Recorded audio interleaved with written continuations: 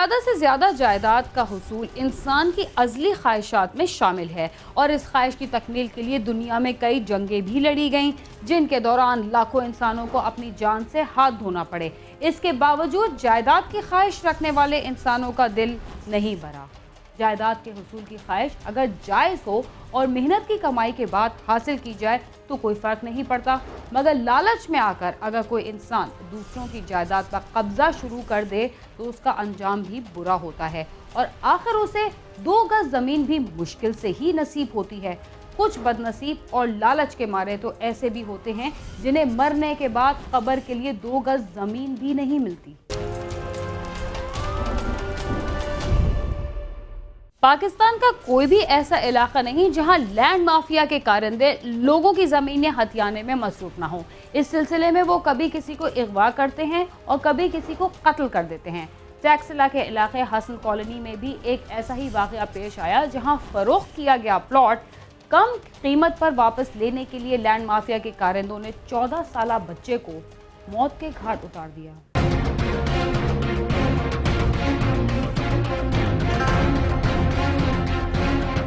थाना टैक्सला की हदूद में वाक़या हसन कॉलोनी में 17 फरवरी को 14 साला मासूम बच्चे को अपनी लालच के लिए मौत के घाट उतार दिया गया। मासूम ज़हूर अहमद उस रात अपने घर वालों से शरारतें कर रहा था। रात 9 बजे के करीब घर की बेल बजी तो ज़हूर अहमद बाहर आया और पूछा कि दरवाजे पर कौन है, जिस पर दूसरी तरफ से पानी का गिलास मांगा गया। ज़हूर अहमद पानी का गिलास लेकर आया और दरवाजा खोला तो निकाब पोश ने गिलास साइड पर फेंककर उसे दबोच लिया, जिस पर ज़हूर अहमद चिल्लाया और अपने बड़े भाई शफीक को आवाज दी कि मुझे अगवा किया जा रहा है। शफीक के आने पर उसकी नामालूम अफराद से हाथापाई हो गई तो एक शख्स और अंदर आया, पिस्टल से फायर किए। एक फायर ज़हूर के सर में लगा और एक शफीक के पेट में। ज़हूर अहमद की मौके पर मौत वाक़या हो गई, जबकि शफीक अहमद जख्मी हो गया। जब ये वाक़या शुरू हुआ तो छोटे भाई अंदर से गिलास में पानी लेके आए। उन्होंने उससे गिलास जब लिया तो गिलास यहाँ फेंका। जब यहाँ फेंका, जब उसको खींचना शुरू कर दिया तो छोटे ने आवाज़ दिया कि शफीक भाई मेजे उठा के लेके जा रहे हैं। जब निकला तो मैंने रहीम और कमाल के साथ हाथापाई शुरू कर दी। जब हाथापाई शुरू कर दी तो मैंने इनके हाथ में पिस्तौल नहीं देखा। अगर मैं पिस्तौल देख लेता तो कुछ ना कुछ कर लेता, लेकिन इनके हाथों में मैंने उस टाइम पिस्तौल नहीं देखा। अकबर को तो आवाज़ ही से पहचान लिया और रहीम और कमाल को का निकाब उतार के मैंने इनको पहचाना। जब मैंने इनको आवाज़ दिया कि मैंने आप लोगों को पहचान लिया है, मैं पूरी तरह बयान दूंगा, तो इन्होंने पहले छोटे भाई के मुंह पे गोली मारी। इसके बाद मुझे जब इन्होंने कहा कि ये मरा नहीं, तो जब पिस्तौल मेरे सर पे रखी और गोली चलाने लगे तो पिस्तौल इसमें खराब हो गया। ये सारा किस्सा कहां से शुरू हुआ और मुल्जिमान चाहते क्या थे? आखिर उन्होंने ऐसा कदम क्यों उठाया? घर में 2 बेटों को गोलियां लगने से कोहराम मच गया और दोनों को अस्पताल ले जाया गया, मगर मासूम फूल मुरझा चुका था।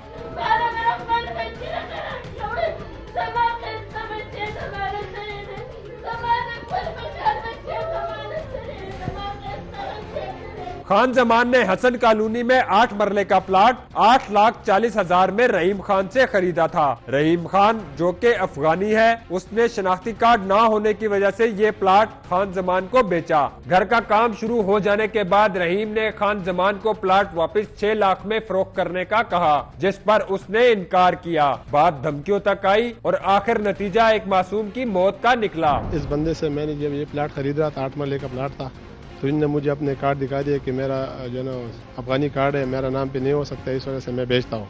1,10,000 रुपये पे मैंने मरला इससे ख़रीद लिया।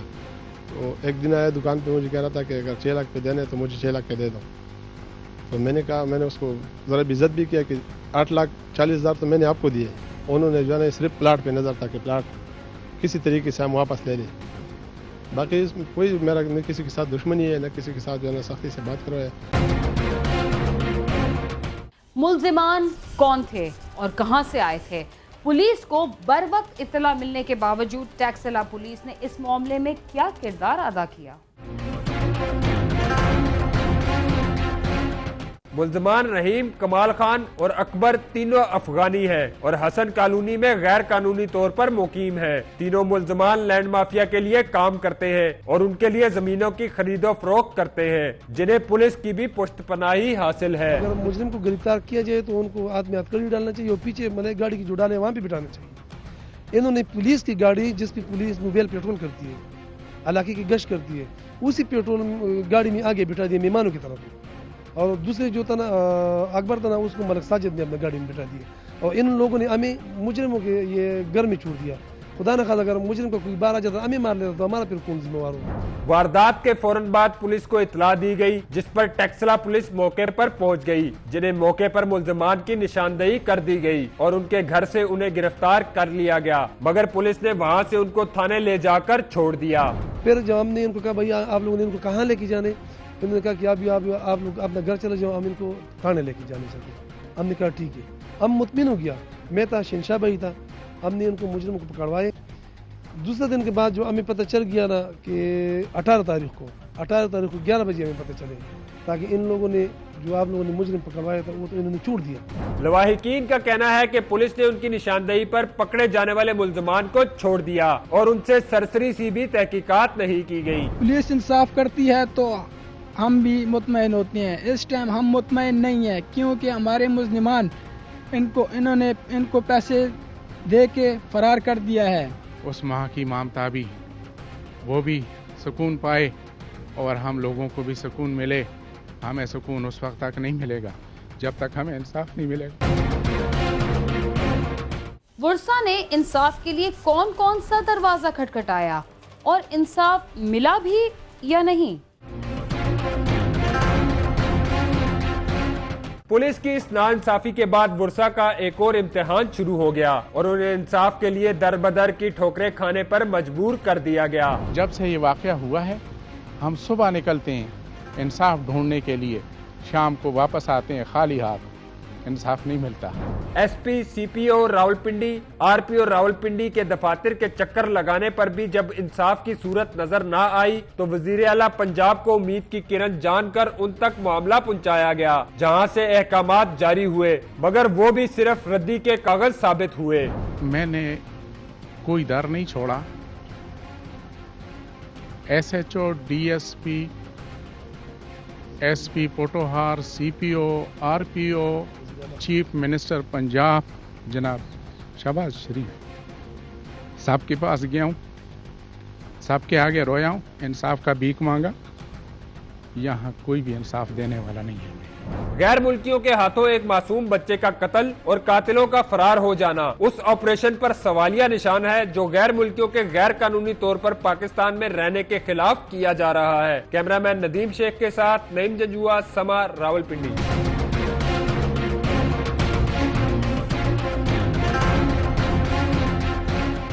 जमीन और जायदाद के लिए किसी को कत्ल करने वाले ये क्यों भूल जाते हैं कि ये जमीन उनके पास भी नहीं रहेगी। प्रोग्राम क्राइम सीन में वक्त हुआ एक मुख्तसर से वक्फे का, तब तक आप समा के साथ ही रहिए।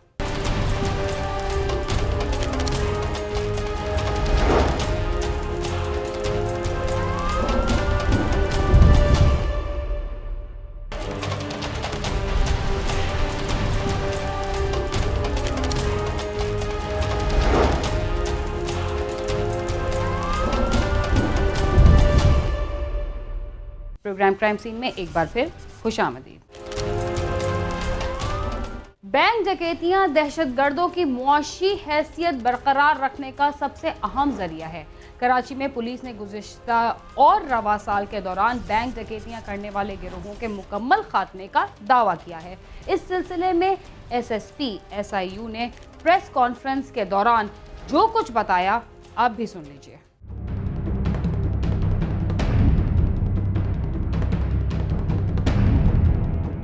कराची में बैंक डकैतियां दहशतगर्दों के लिए मुआशी सप्लाई की पाइपलाइन बन चुकी हैं।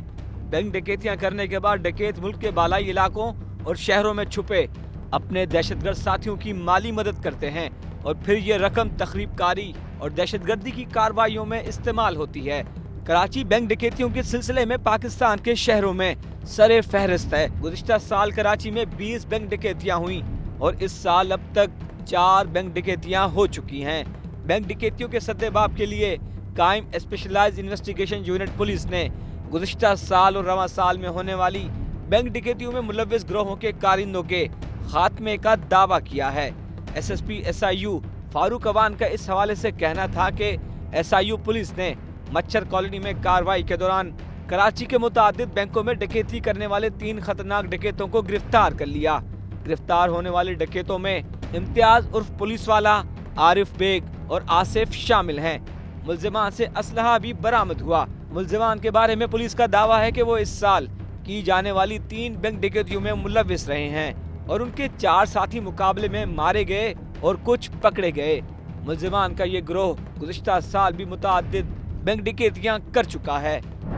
SIU के पास इंफॉर्मेशन थी कि 2016 की बैंक डकैतियों में मुलव्विस जो बाकी मादा गिरोह है वो वहाँ पे मौजूद है, जिस पे पुलिस पार्टी ने वहाँ एक्शन किया है और उस एक्शन के नतीजे में 3 मुल्ज़िमान, जिनमें से एक का नाम इम्तियाज़ उर्फ पुलिस वाला है, आसिफ बेग और आरिफ गिरफ़्तार हुए, जबकि इनके 2 साथी भागने में कामयाब हो गए हैं, जिसमें से एक का नाम सईद बंगाली है और दूसरे का नाम फारूक चूहा है।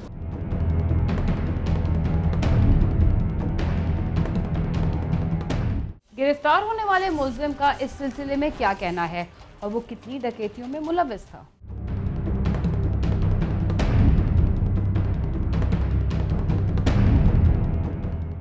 गिरफ्तार मुल्जिम इम्तियाज पुलिस वाला के हवाले से पुलिस का कहना है कि वो साल 2013 में गिरफ्तार होकर जेल गया और फिर अगले साल जेल से जमानत पर छूटने के बाद वो दोबारा बैंक डकैतियां करना शुरू हो गया और मुल्जिम अब तक अपने साथियों के साथ मिलकर 9 से ज़ायद बैंक लूट चुका है।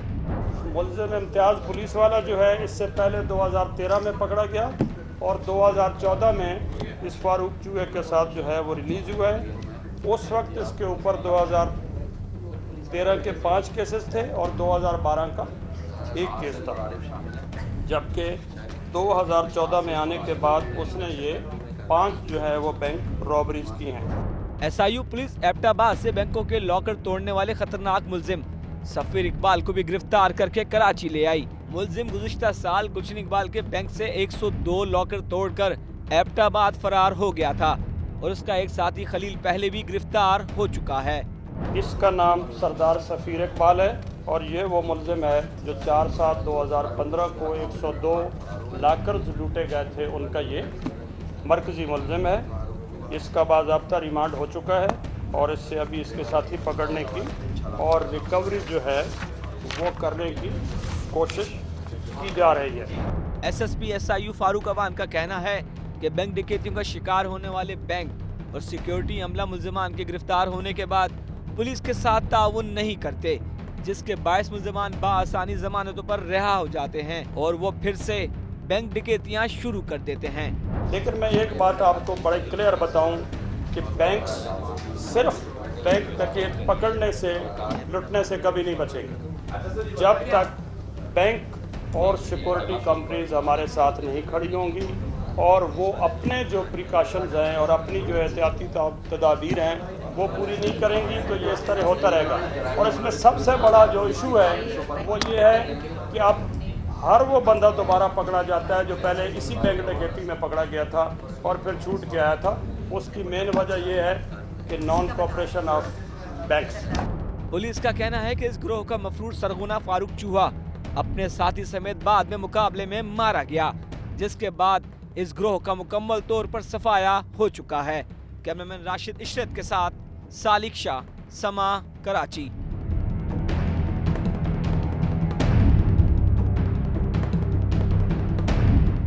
जुर्म करने के बाद रूपोश होने वाला हर मुल्जिम ये समझता है कि वो कभी नहीं पकड़ा जाएगा, मगर एक दिन कानून के शिकंजे में आ ही जाता है। लाहौर पुलिस ने कत्ल की 6 वारदातें करने वाले सफाक मुल्जिमान को गिरफ्तार कर लिया। गिरफ्तार होने वाले मुल्जिम सगे भाई हैं। मुल्जिम कत्ल के बाद लाश के साथ क्या सलूक करते थे और उन्हें पुलिस ने कैसे गिरफ्तार किया, आप भी देख लीजिए।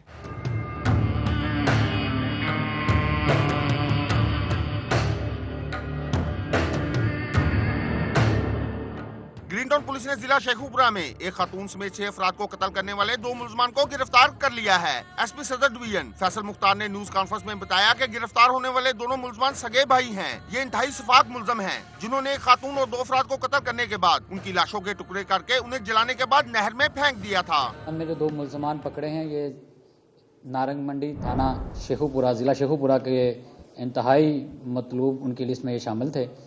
इनके ऊपर कत्ल, इक़दाम कत्ल और दहशतगर्दी के मुकदमात जो हैं वो लगे हुए हैं।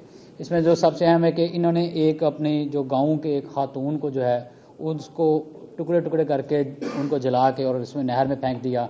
इसके अलावा ये इतने बेरहम है कि इन्होंने अपने इलाके के 2 और भाइयों को उनके भी बाजू काट कर उनको भी इंतहाई बेदर्दी से कत्ल किया।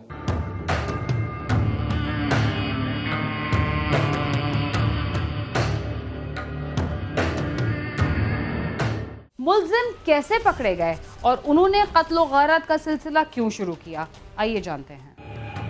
पुलिस हुकाम के मुताबिक मुख्तलिफ वज़रात की पुलिस के साथ इश्तिहारी मुलजमान की फहरिस्तों का तबादला हुआ था। ये मुलजम जिला शेखुपुरा के थाना नारंग मंडी के इश्तिहारी थे। इस बारे शेखुपुरा पुलिस से मीटिंग भी हुई थी। ये लोग इतने दीदा दिलेरी के साथ मुकदमात, ये वारदातें कर रहे थे जो कि पूरी ना सिर्फ शेखुपुरा पुलिस के लिए बल्कि पंजाब पुलिस के लिए भी ये चैलेंज बने हुई थी। मुलजमान ने दुश्मनी की बिना पर कत्ल के अलावा किराए पर भी कत्ल किए थे। इन्होंने ये कुछ जो मुकदमात के भी जो इनिशियल प्रोब के मुताबिक ये कि इन्होंने कुछ किराए के ऊपर भी इन्होंने किसी को कत्ल किया। उसके हायर्ड असैसिन भी थे। इन्होंने ना सिर्फ अपने मुखालिफिन को बल्कि जो दूसरे जो लोग हैं उनके साथ भी उन्होंने करके किया। तो इसकी भी तफ्तीश जो है वो जारी है कि इनके ऊपर जो इतने संगीन मुकदमात हैं, जिसमें हमने शेखुपुरा पुलिस के साथ भी राब्ते में हैं, तो मजीद तफ्तीश जो है वो इसमें बाद में। मुलजमान का कहना है कि उन्होंने दुश्मनी की वजह से कत्ल गारत का सिलसिला शुरू किया और फिर ये सिलसिला जारी रहा। मुखालिफिन ने उनके चचा को कत्ल किया था, जिस पर बदला लेने के लिए उन्हें मारना शुरू किया। मैं तो सूजे रहने वाले नारंग मंडी ਦੇ ਸਾਡੀ ਸਾਰੇ ਸਿਰਫ ਦੁਸ਼ਮਣੀ ਹੈ। ਅਸੀਂ ਆਪਣਾ ਸਾਡਾ ਚਾਚਾ ਜਿਹੜਾ ਇਹਨਾਂ ਨੇ ਮੁਖਾਲਫਾ ਮਾਰ ਛੱਡਿਆ ਸੀ ਮੇਵਾਂ ਨੇ, ਠੀਕ ਹੈ। ਉਸ ਤੋਂ ਬਾਅਦ ਸਰ ਇਹ ਆਪਣਾ ਹਵੇਲੀ 'ਚ ਮੁਲਾਜ਼ਮ ਰੱਖਿਆ ਸੀ, ਉਹ ਵੀ ਇਹਨਾਂ ਮਾਰ ਛੱਡਿਆ ਸੀ। ਅਸੀਂ ਪੱਠੇ ਲੈ ਕੇ ਆਏ ਆ, ਸਾਨੂੰ ਇਹ ਗੱਲ ਪੈ ਗਏ ਨੇ ਸਾਡੇ, ਅਸੀਂ ਫਿਰ ਚੁੱਪ ਕਰ ਗਏ ਆ ਸਰ ਜੀ, ਠੀਕ ਹੈ। ਉਸ ਤੋਂ ਬਾਅਦ ਸਰ ਇਹ ਆਪਣਾ ਅਸੀਂ ਫਿਰ ਸਰ ਇਹਨਾਂ ਚਾਚਾ ਕਤਲ ਕਰਨ ਨੂੰ 83 ਫਾਇਰ ਇਹਨਾਂ ਮਾਰੇ ਸਨ ਤੇ ਸਰ ਫਿਰ ਚਾਚੂ ਪਿਆ, ਉਹਨੇ ਫਿਰ ਸਰ ਜੀ ਕਤਲ ਕੀਤੇ ਨੇ ਸਰ। ਅਸੀਂ ਫਿਰ ਆਪਣਾ ਜਦੋਂ ਕਤਲ ਕੀਤੇ ਨੇ ਅਸੀਂ ਫਿਰ ਇਸ਼ਤਿਹਾਰੀ ਹੋ ਗਏ ਆ ਸਰ ਜੀ ਉਸ ਕਤਲ ਦੇ ਵਿੱਚੋਂ। ਸਰ ਇਹਨਾਂ ਸਾਡੇ ਘਰ ਵੀ ਢਾਹ ਛੱਡੇ ਨੇ, ਨਾ ਫਿਰ ਸਾਰੇ ਅਸੀਂ ਡਰਦੇ ਨਾ ਗਏ ਆ। आ गया फिर ठीक है, जो इन्होंने साढ़े मारे तो फिर असी भी इन्होंने मारने। पुलिस हुकाम का कहना है कि मुलजमान को कानूनी कार्रवाई के बाद शेखुपुरा पुलिस के हवाले कर दिया जाएगा। कैमरामैन यासर खान के साथ आमिर शिजा, समा, लाहौर।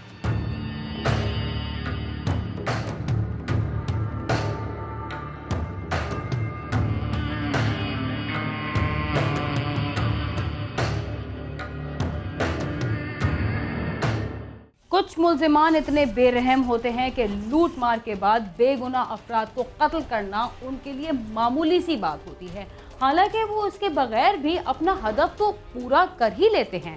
प्रोग्राम क्राइम सीन अपने इख्तिताम को पहुंचता है। अगर आप हमसे रब्ता करना चाहते हैं तो हमारा पता है cs@sama.tv। इसके अलावा फेसबुक और ट्विटर पर भी हमसे रब्ता कर सकते हैं।